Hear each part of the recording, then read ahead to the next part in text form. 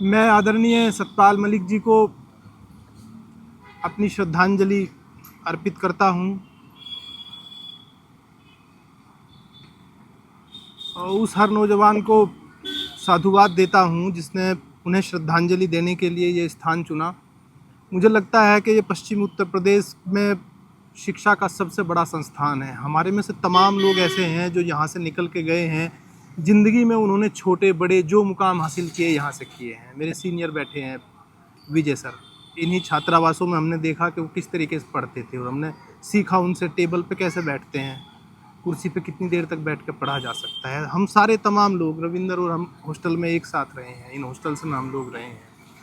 तो उन लोगों को जिन्होंने एक कार्यक्रम आयोजित किया, मुझे लगता है सतपाल मलिक जी के लिए सबसे शानदार श्रद्धांजलि यही हो सकती थी कि कोई विमर्श का कार्यक्रम उनके ऊपर हो जाए। और ये जो कार्यक्रम श्रद्धांजलि का था, ये कार्यक्रम मुझे लगता है अनायास ही विमर्श में परिवर्तित हो गया, या कुछ लोगों का वो प्रयास रहा होगा, मुझे पता नहीं, लेकिन ये एक विमर्श यहाँ से शुरू हुआ।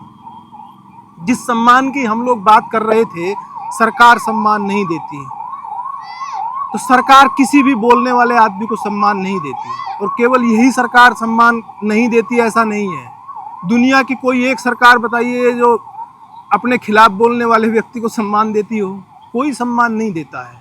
लेकिन बोलना महत्वपूर्ण है। ये कार्यक्रम इसीलिए आवश्यक है।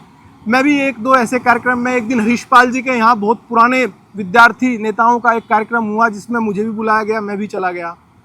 तो उसमें जितने सारे लोग थे, गाजियाबाद तक के कुछ लोग आए थे, वो जब बात कर रहे थे, उनकी बात के बीच में सतपाल मलिक जी बीच बीच में आ जाते थे। उस कार्यक्रम में मौजूद नहीं थे, लेकिन बीच बीच में आ जाते थे। एक दो बार मिलने का जो अवसर मिला, वो राजेश जी ने उनसे मिलवाया। एक पश्चिमी यूपी पे एक आंदोलन चल रहा था, तो हम उनसे मिलने के लिए गए। तो हमने सुना था कि वो आदमी बहुत शानदार सोचता है, राजनीतिक समझ रखता है। तो बात करने के बाद लगा कि बहुत शानदार बातचीत है। उन सारे लोगों ने, जो विद्यार्थी नेता उस दिन बैठे थे, उन्होंने कहा कि एक दौर वो था कि जब लोग सड़कों पे रुक जाया करते थे सतपाल मलिक को सुनने के लिए। वो क्रेज इस मेरठ में सतपाल मलिक का रहा था। तो उनकी श्रद्धांजलि सभा में ऐसा एक वैचारिक कार्यक्रम हो जिसमें बोलने पर बात हो, इससे अच्छी श्रद्धांजलि कोई हो नहीं सकती है। मैं रविंद्र की बात से अपनी बात जो है जोड़ना चाहता हूँ कि ये कोई बिल्कुल महत्वपूर्ण बात नहीं है कि उन्हें सम्मान मिला कि नहीं। सम्मान उन्हें यहाँ मिलना चाहिए। सरकार सम्मान देती है, सरकार तो तमाम ऐसे लोगों को सम्मान देगी जो जन पक्ष की कोई बात कभी पूरी ज़िंदगी में जिन्होंने नहीं की होगी। सरकार चाहेगी कि उनको सम्मान दे के बहुत बड़ा बना दिया जाए समाज में। तो असली सम्मान ये है। और एक बात और जो मैं कहना चाहता हूँ, हम सारे लोग जो ये बात करते हैं, हम लोग स्टूडेंट पॉलिटिक्स पे बात कर रहे हैं, छात्र राजनीति पे बात कर रहे हैं, किसान राजनीति पे बात कर रहे हैं। उसमें जब अब हम सही अर्थों में छात्र राजनीति पे बात कर रहे हैं या उसमें जातियों की राजनीति पे बात कर रहे हैं? मेरा जो छोटा सा जीवन इस विश्वविद्यालय का है, मैंने देखा कि यहाँ के विद्यार्थियों के वही आंदोलन सफल हुए जिनमें जातियाँ टूटी। जब कभी जाति आई, कोई आंदोलन सफल नहीं हुआ। प्रशासन का, सरकार का बहुत सोचा समझा, बहुत आसान सा एक तरीका है कि जातियों में बांटो और जो है दो फाड़ कर दो आंदोलन। जब किसान आंदोलन भी चल रहा था, मैंने तो कुछ जिन लोगों से मेरी बात हो रही थी, यहाँ के तमाम लोग सरकार में और उसमें बैठे हैं, तो मैंने कहा कि अब एक दो जातियों को आप आतंकवादी घोषित करो, तीसरी जाएगी फिर उसे कर दो, फिर इन्हें सबको देशद्रोही घोषित कर दो, तो फिर क्या करोगे? बंगाल की खाड़ी में फेंक के आओगे इन सब लोगों को? कहाँ के लोग हैं ये? कहाँ पैदा हुए हैं? किसान की बात कर रहे हैं। किसान इस देश का है कि कहीं बाहर का है? इसी देश के लोग रहने वाले हैं ना।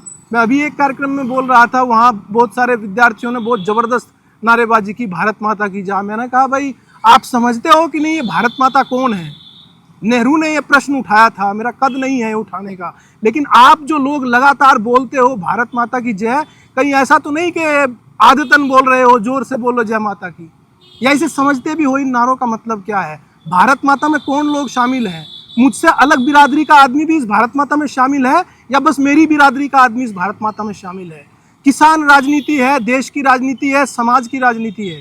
वो जब जब जातियों में बटी, और हम तो इतने धुरंधर लोग हैं कि हम जी अब रहे हैं 2025 में, और हम 1000-2000 साल पुरानी चीज़ों पे लड़ रहे हैं।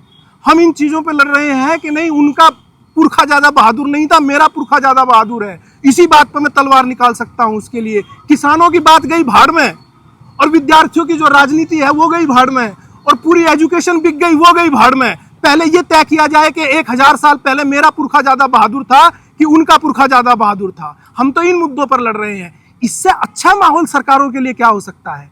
ये उर्वरा जमीन जो दे रहा है, कौन दे रहा है उन्हें? हम दे रहे हैं। संसद में 1000 साल पहली बात होगी, या पूरी एजुकेशन कैसे बिक गई, पूरी हेल्थ कैसे बिक गई। मैं अभी 2-4 दिन पहले एक हॉस्पिटल के बाहर खड़ा हुआ था। किसी ने कहा, एक बहुत क्रिटिकल केस था, किसी ने कहा कि इनके कागज लेके किसी दूसरी जगह दिखा दिए जाएं, और 2-3 आदमियों ने कहा कि हॉस्पिटल कागज इतनी आसानी से नहीं देगा। 75-80 साल की डेमोक्रेसी, और एक हॉस्पिटल इतना बड़ा गुंडा है कि वो किसी एक मरीज के, जो मरता हुआ मरीज है, उसके परिजन उसके कागज लेके किसी को दिखा नहीं सकते हैं, क्योंकि उसको लूट करनी है उसके जो है हेल्थ के लिए। एक बच्चा जब पढ़ने के लिए आता है, जो विद्यार्थी राजनीति कर रहे हैं, विजित और बाकी सारे लोग, ये कपिल हैं, आदेश है, जो लोग कर रहे हैं, समझ रहे होंगे फिलहाल किस तरीके से लूट रहे हैं विद्यार्थियों को, और कोई आवाज़ नहीं है। मुझे लगता है कि ये उर्वरा जमीन हम दे रहे हैं, जब हम इन जातियों में बट रहे हैं, समाजों में बट रहे हैं। बिल्कुल सही बात रविंदर करके गए हैं। असली बात, हर आदमी के जीवन का एक शाह और एक उजला पक्ष होता है। शाह पक्ष सबके साथ चलता है। हम सारे लोग इसी टाइप के तो बने हुए हैं। कुछ खूबियां हैं, कुछ बुराइयां हैं, इसी टाइप के बने हुए हैं। लेकिन असली बात यह है कि समाज को क्या देकर जा रहे हैं। वो समाज को देकर गए थे, एक बहुत महत्वपूर्ण पद पर बैठे हुए थे। पूरे देश में मेरे याद है एक आवाज़ उठी थी सत्ता पक्ष की तरफ से। इतनी बड़ी हिम्मत उन्होंने की। क्या हमें इस बात की प्रशंसा नहीं करनी चाहिए? सरकार में बैठा हुआ आदमी। अभी हम क्या कहते हैं, एक फर्जी नेताजी की बराबर में फोटो खींच के जो है हम अपने आप को गौरवान्वित महसूस कर रहे हैं। वो आदमी इतने बड़े संवैधानिक पद के ऊपर बैठा हुआ था, और वही बात जो रविंदर बोल रहे थे, हो सकता है चुप रहते तो ज़्यादा सुविधा पा जाते और ज़्यादा जो है सम्मान पा जाते। उसके बावजूद बोल रहे थे किसानों के पक्ष में। तो क्या ये प्रशंसा की बात नहीं है? क्या ये बात नहीं है कि आम आदमी को उनके सामने झुकना चाहिए?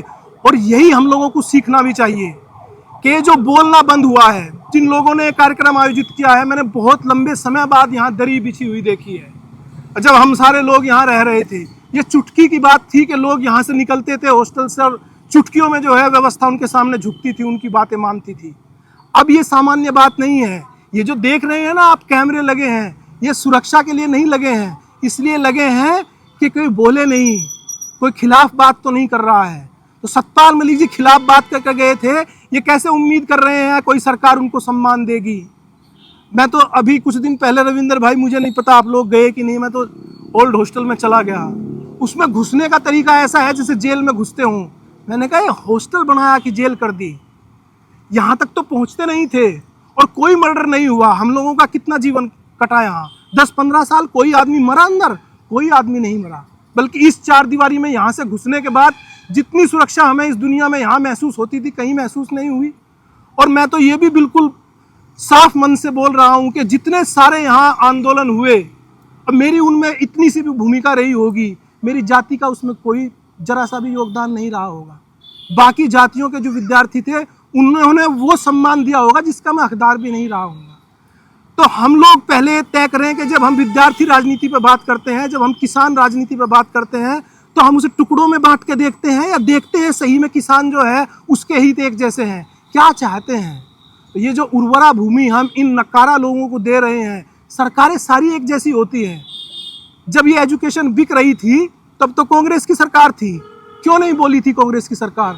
अभी तक भी क्यों नहीं बोल रहे हैं कि जो प्राइवेट एजुकेशन है, जो बाजार में हम शिक्षा को, स्वास्थ्य को बेच रहे हैं, इस पे हमारी क्या पॉलिसी होगी? इस देश में संसद में कौन बोल रहा है? कोई बोला कि जितने सारे दुकान हमने हेल्थ के लिए खोल रखी है, इन दुकानों को हम सरकारी करेंगे? क्या इतना पैसा नहीं है? 5 लाख करोड़ पूंजीपतियों का माफ कर सकते हो, और हॉस्पिटल खोलने के पैसे नहीं है। छात्रों से पैसे मांगते हैं बेशर्मी के साथ पढ़ने के, और जिस आदमी के पास पैसे नहीं है उसको बाहर मरने के लिए छोड़ते हो। कैसे सवाल उठ सकता है जब हम सारे लोग वहाँ खड़े हुए 1000 साल पुरानी बात कर रहे हैं? पहले तो ये तय हो कि 1000-1500 साल पहले किसके पुरखे ज़्यादा बहादुर थे, उसके बाद आज की लड़ाइयाँ देखें। आज के बाद रोजगार मिलेगा नौजवानों को, नहीं मिलेगा, ये तो बाद की बातें हैं। पहले तो 1000 साल पर बात करें। अगर हम सही अर्थों में विद्यार्थी राजनीति को सही उस पर लाना चाहते हैं। जब हम सारे लोग काम कर रहे थे, ये तर्क दिया गया कि जो ये एजुकेशन में प्राइवेटाइजेशन किया जा रहा है, आप मानो कि बिल्कुल ऑक्सफोर्ड टाइप के विश्वविद्यालय खुलेंगे, गांव गांव देहात देहात। क्या खुला? दुकानें खुली। अभी पिछले दिनों आपने देखा डिग्रियों के ढेर लगे हुए थे। बताइए किसकी डिग्री चाहिए? कोई खरीदिए, दुकान बना दी गई। कल मेरठ कॉलेज में हम बैठे थे, विजिट भी थे, एक प्रोफेसर साहब बोले कि बच्चों पे नाम लिखने नहीं आते हैं। तो मैंने कहा गुरुजी जिम्मेदार कौन है? ये जिम्मेदार है कि टीचर्स की भी जिम्मेदारी इसमें आएगी। अभी हमारे विद्यालय में एक कार्यक्रम था, भरत गांधी जी आए। एक प्रोफेसर साहब बोले कि कुछ लोग ऐसे हैं जो आरक्षण पे निठल्ले बैठ के खा रहे हैं। उन्होंने कहा क्या बात कर रहे हो प्रोफेसर साहब, पूरा समाज आपको निठल्ला कह रहा है। अगर इस निठल्लेपन की बात करनी शुरू करोगे तो सबसे पहले आपको उड़ा दिया जाएगा। और सरकार इसी भरोसे बैठी हुई है कि कम से कम समाज ये कहे कि इनको बाहर निकालो, सबको बाहर निकालो। नौकरियां की हम लोग क्या कहते हैं, क्यों दे रहे हो लोगों को काम भाई? 10-10 हज़ार रुपये पे जो मजदूर हैं वो अच्छे हैं, अपना शोषण खुद करा रहे हैं। किनके घरों में से लोग नौकरी कर रहे हैं? ये अधिकार किसके लिए है? पाकिस्तान से कोई आया है कि ये अधिकार लेने के लिए? किसानों को कुछ मिलेगा तो वो बाहर से आए। आप नौकरी पेशा आदमी से बात कीजिए, वो कहेगा किसानों की बहुत मजे आ रहे हैं भाई साहब, कोई टैक्स नहीं लगता इनके पास। किसानों से बात कीजिए, वो कहेंगे भाई सबसे बड़ी मजा तो जो है मजदूरों का है भाई, कुछ नहीं कर रहे हैं, राशन मिल रहा है 5 किलो ठाट से, और जो है मजदूरी लेके जाते हैं, काम नहीं करते हैं कुछ भी। उस आदमी से पूछ के देखिए, आज आप 8 दिन के लिए मजदूर के घर में चले जाइए, उसकी ज़िंदगी को जिए, अपनी ज़िंदगी छोड़ दीजिए। मतलब देखिए सरकारों ने कितने अच्छे तरीके से बांटा है, मजदूरों में बांटा, किसानों में बांटा, छात्रों में बांटा, जातियों में बांटा, धर्मों में बांटा। फिर करने की क्या ज़रूरत है? फिर तो यही सवाल आएंगे, 1000 साल पे पहले चर्चा हो, उसके बाद देखा जाए सही राजनीति आती है कि नहीं। सतपाल मलिक जी के श्रद्धांजलि सभा में इससे शानदार कोई कार्यक्रम नहीं हो सकता था कि वैचारिक बात हो। ये दरी लगातार अगर बिछी रहें, जगह जगह बिछी रहें, तो मुझे लगता है यही उनके लिए सबसे बड़ा सम्मान है। वो यही सिखा के गए थे कि जब बड़े पद पे बैठे थे तब भी किसानों के पक्ष में बोलने की हिम्मत की थी।